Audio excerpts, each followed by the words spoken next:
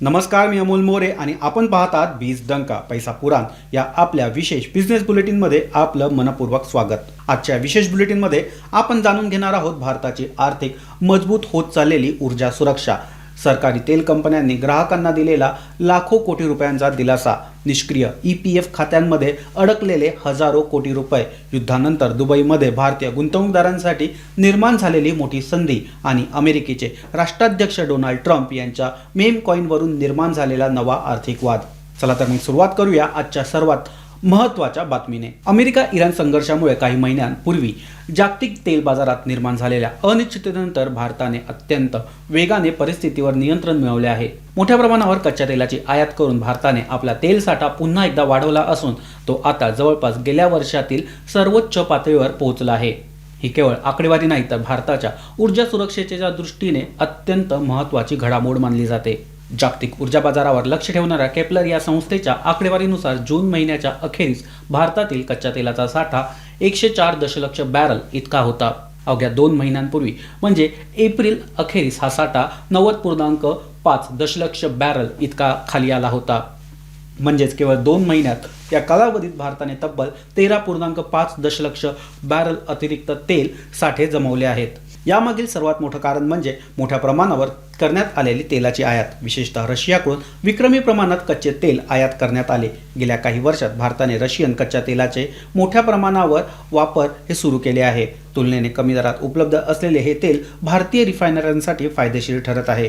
त्याचबरोबर Iraq, Saudi Arabia, संयुक्त अरब अमिराती, America आणि इतर देशांकडून देखील भारताने तेल आयात वाढवली आहे। तज्ज्ञांच्या मते भारताने आता केवळ 1 किंवा 2 देशावर अवलंबून न राहता पुरवठ्याचे स्रोत मोठ्या प्रमाणात विविध केले आहेत। सध्या भारत तब्बल 41 देशांकडून कच्च्या तेलाची आयात करत आहे। त्यामुळे एखाद्या प्रदेशात युद्ध किंवा संकट निर्माण झाले तरी देशाच्या इंधन पुरवठ्यावर त्याचा गंभीर परिणाम होणार नाही याची दखल घेतली जाते।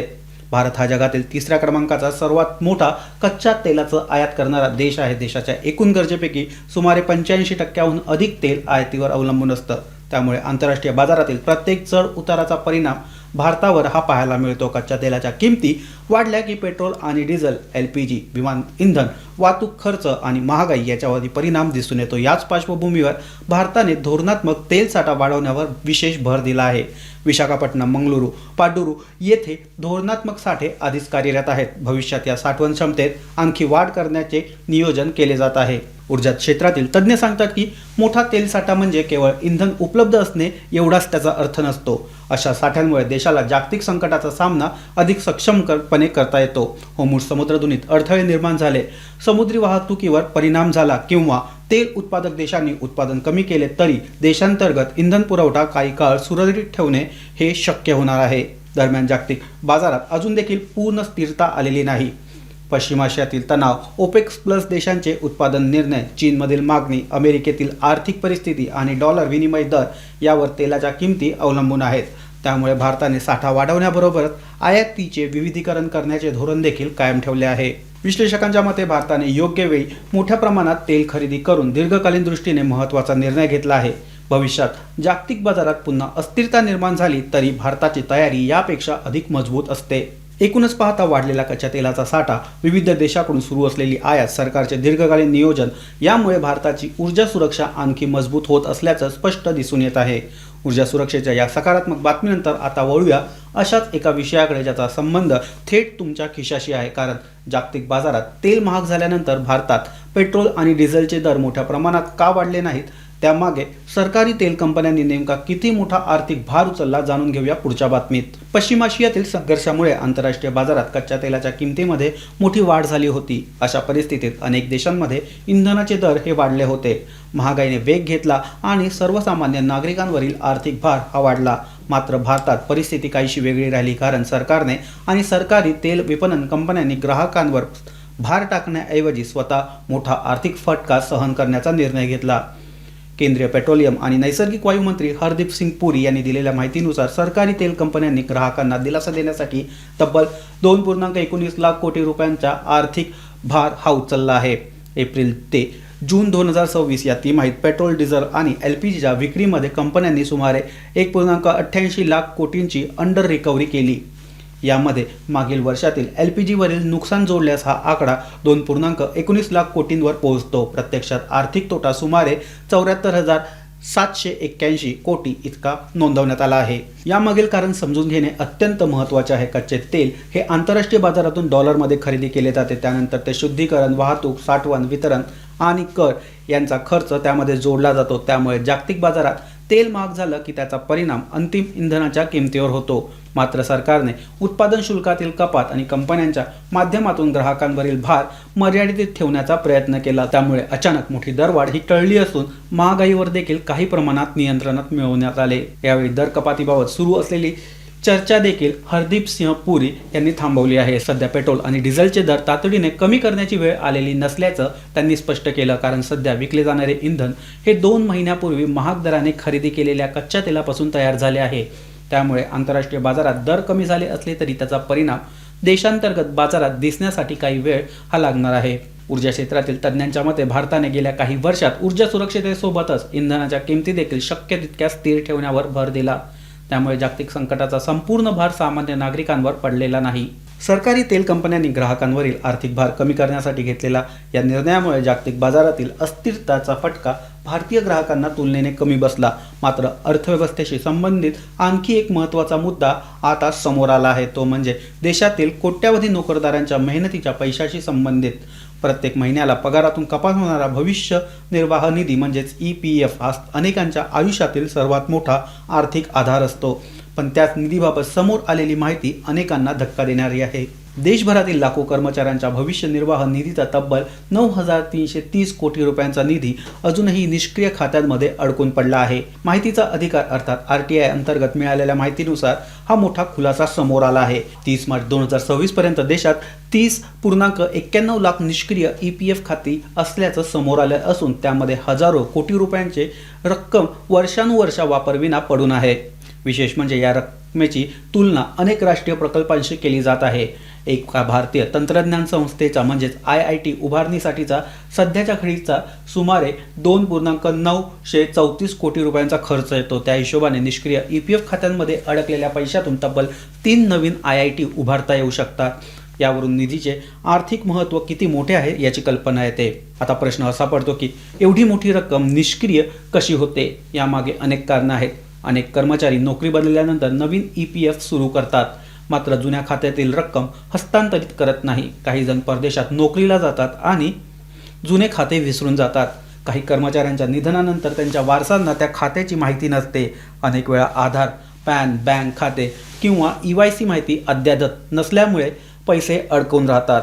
दरम्यान केंद्र सरकारने EPF योजना 2026 लागू केली असून जुन्या 1952च्या योजनेची जागा आता नव्या डिजिटल व्यवस्थेने घेतली आहे. या बदलामुळे प्रक्रिया अधिक पारदर्शक होणार आहे, तंत्रज्ञान आधारित होणार आहे. सुमारे 8 कोटी सक्रिय सदस्यांना या बदलाचा फायदा होईल असा दावा सरकारने केला आहे. या आकडेवारीनुसार पाहिल्यास एक सकारात्मक बाब देखील दिसते. 31 मार्च 2025 रोजी अशा निष्क्रिय खात्यांची संख्या 31.83 लाख इतकी होती. ती आता 30.91 लाखांवर आली आहे. RTI अर्जामध्ये मागील 6 वर्षाची माहिती मागवण्यात आली होती. मात्र EPFOने केवळ 2025 आणि 2026 या वर्षाचीच आकडेवारी उपलब्ध करून दिली. त्याआधीची माहिती उपलब्ध नसल्याचे सांगण्यात आले. तसेच आधारशी जोडलेल्या निष्क्रिय खात्यांची संख्या किंवा 5 लाखांपेक्षा अधिक रक्कम असलेल्या खात्यांची माहिती गोपनीयतेच्या कारणास्तव नकार देण्यात आला.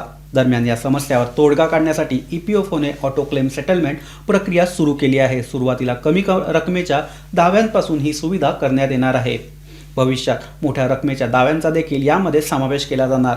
त्यामुळे दावा प्रक्रिया अधिक वेगवान होईल आणि कर्मचाऱ्यांना त्यांच्या हक्काचा निधी लवकर मिळेल अशी अपेक्षा व्यक्त केली जात आहे. आर्थिक सल्लागारांचे म्हणणे आहे की प्रत्येक कर्मचाऱ्यांना आपला UN, आधार, पॅन, मोबाईल क्रमांक आणि बँक खात्याची माहिती नियमितपणे अद्ययावत ठेवावी लागते. नोकरी बदलल्यानंतर जुने आणि नवीन EPF खाते एकत्र करणे देखील अत्यंत महत्त्वाचे आहे. छोट्याशा दुर्लक्षामुळे अनेकदा लाखो रुपयांचा निधी वर्षानुवर्ष अडकून राहतो. देशांतर्गत अर्थव्यवस्थेशी संबंधित या महत्त्वाच्या बातमीनंतर आता नजर वळूया आंतरराष्ट्रीय बाजाराकडे. पश्चिम आशियातील युद्धाचा परिणाम आता केवळ तेलांच्या किमतीवरच झाला नाही, तर जगातील सर्वात मोठ्या वेगाने वाढणाऱ्या रिअल इस्टेट बाजारापैकी एक असलेल्या दुबईवरती देखील पाहायला मिळाला.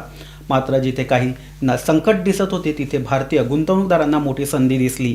इराण इस्रायल संघर्ष आणि पश्चिम आशियातील तणावामुळे काही आठवड्यांपूर्वी दुबईच्या रिअल इस्टेट बाजारात मोठी मंदी निर्माण झाली. अनिश्चिततेमुळे गुंतवणूकदारांनी व्यवहार थांबवले आणि मालमत्तेच्या विक्रीत जवळपास 80% घट झाल्याचं तज्ज्ञ सांगतात. याचा थेट परिणाम घरांच्या किमतीवर झाला. अनेक प्रकल्पांमध्ये 10 ते 15% किंमत घटली आहे. परिणामी बाजारात खरेदीदारांसाठी अनुकूल वातावरण निर्माण झालं. या संधीचा फायदा भारतीय गुंतवणूकदारांनी घेताना दिसला आहे. दुबईमध्ये आधीपासूनच भारतीय हे सर्वात मोठ्या गुंतवणूकदारांपैकी एक आहेत. कर सवलती, जागतिक दर्जाच्या सुविधा, भाड्यावरील चांगला परतावा, सुरक्षित गुंतवणूक आणि तुलनेने सोपी खरेदी प्रक्रिया यामुळे भारतीयांचा दुबईकडे कायमचाच ओढा राहिला आहे. युद्धानंतर अनेक विकासकांनी आकर्षक ऑफर जाहीर केल्या. कमी डाऊन पेमेंट, दीर्घकालीन हप्ते, नोंदणी शुल्कात सूट आणि लवचिक पेमेंट योजना यामुळे अनेक भारतीय आणि NRI यांनी पुन्हा दुबईतील मालमत्ता विकत घेतली आहे. रिअल इस्टेट तज्ज्ञांच्या मते सध्याची परिस्थिती दीर्घकालीन गुंतवणूकदारांसाठी फायदेशीर ठरू शकते. मात्र कोणतीही मालमत्ता खरेदी करण्यापूर्वी विकासकाचा ट्रॅक रेकॉर्ड, प्रकल्पाशी संबंधित कायदेशीर स्थिती, त्या परिसरातील भविष्यातील विकास आणि भाडे उत्पन्नाची क्षमता तपासणे अत्यंत आवश्यक आहे. एकंदरीत पाहता युद्धामुळे निर्माण झालेली अनिश्चितता अनेक भारतीय गुंतवणूकदारांसाठी मोठ्या संधींमध्ये बदलताना दिसत आहे. दुबईच्या रिअल इस्टेट बाजारात निर्माण झालेल्या या संधीमुळे अनेक भारतीय गुंतवणूकदार पुन्हा एकदा परदेशातील मालमत्तेकडे वळताना दिसत आहेत. मात्र गुंतवणुकीच्या जगात जितकी संधी असते तितक्याच मोठी जोखीम देखील असते. विशेषतः गेल्या काही वर्षात वेगाने लोकप्रिय झालेली क्रिप्टोकरन्सी क्षेत्रात ही वारंवार गोष्ट पाहायला मिळाली. आता अमेरिकेचे राष्ट्राध्यक्ष डोनाल्ड ट्रम्प यांच्या नावाशी संबंधित मेम कॉईनमुळे पुन्हा एकदा जगभरात मोठा वाद हा निर्माण झाला आहे. अमेरिकेचे राष्ट्राध्यक्ष डोनाल्ड ट्रम्प यांच्या नावाशी संबंधित ट्रम्प मेम कॉईन आणि इतर क्रिप्टो प्रकल्पांमधून त्यांनी अब्जावधी डॉलर्सची कमाई केल्याची माहिती आर्थिक खुलाशातून समोर आली आहे. मात्र दुसऱ्या बाजूला याच प्रकल्पांमधून गुंतवणूक करणाऱ्या लाखो सामान्य गुंतवणूकदारांना मोठा आर्थिक तोटा सहन करावा लागला. त्यामुळे अमेरिकेत पुन्हा एकदा हितसंबंधाचा संघर्ष, नैतिकता आणि क्रिप्टोकरन्सी नियमन यावर मोठी चर्चा ही सुरू झाली आहे. आर्थिक खुलाशानंतर 2025-26 या कालावधीत ट्रम्प यांनी क्रिप्टोशी संबंधित विविध व्यवहारांमधून 1.4 अब्ज डॉलरहून अधिक रक्कम मिळवली आहे.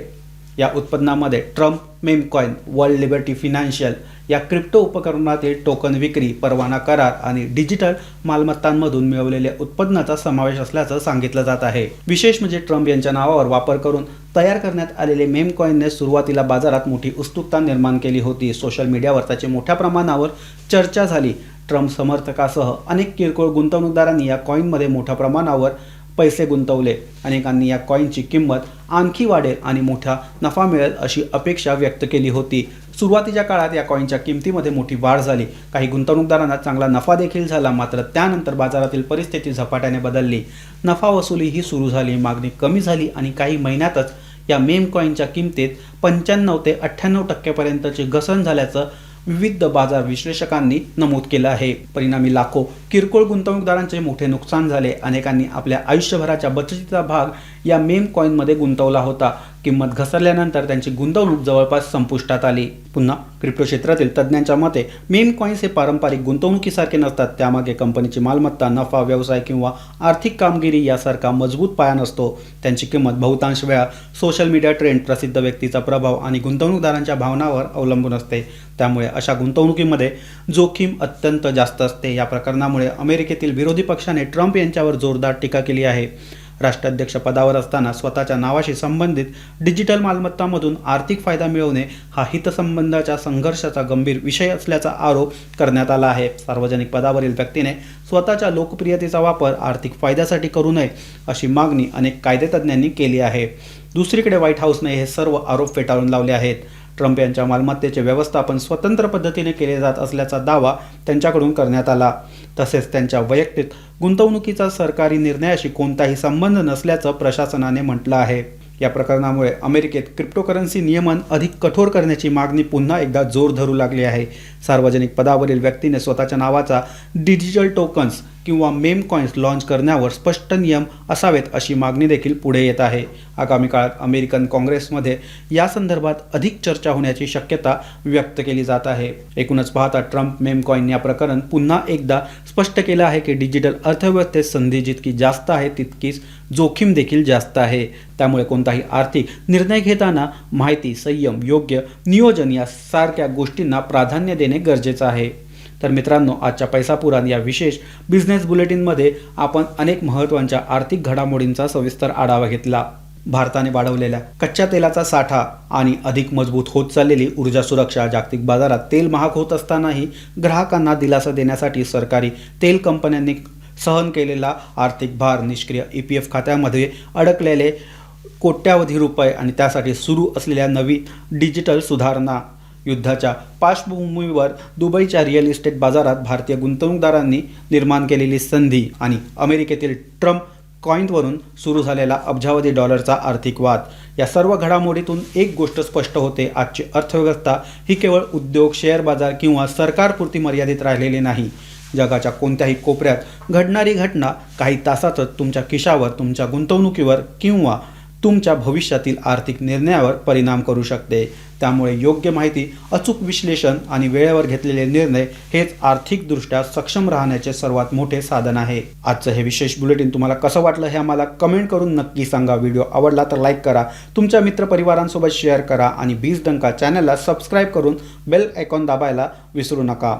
पुन्हा भेटूया नव्या विषयासह, नव्या विश्लेषणासह आणि तितक्याच महत्त्वाच्या आर्थिक घडामोडीसह. तोपर्यंत नमस्कार, धन्यवाद.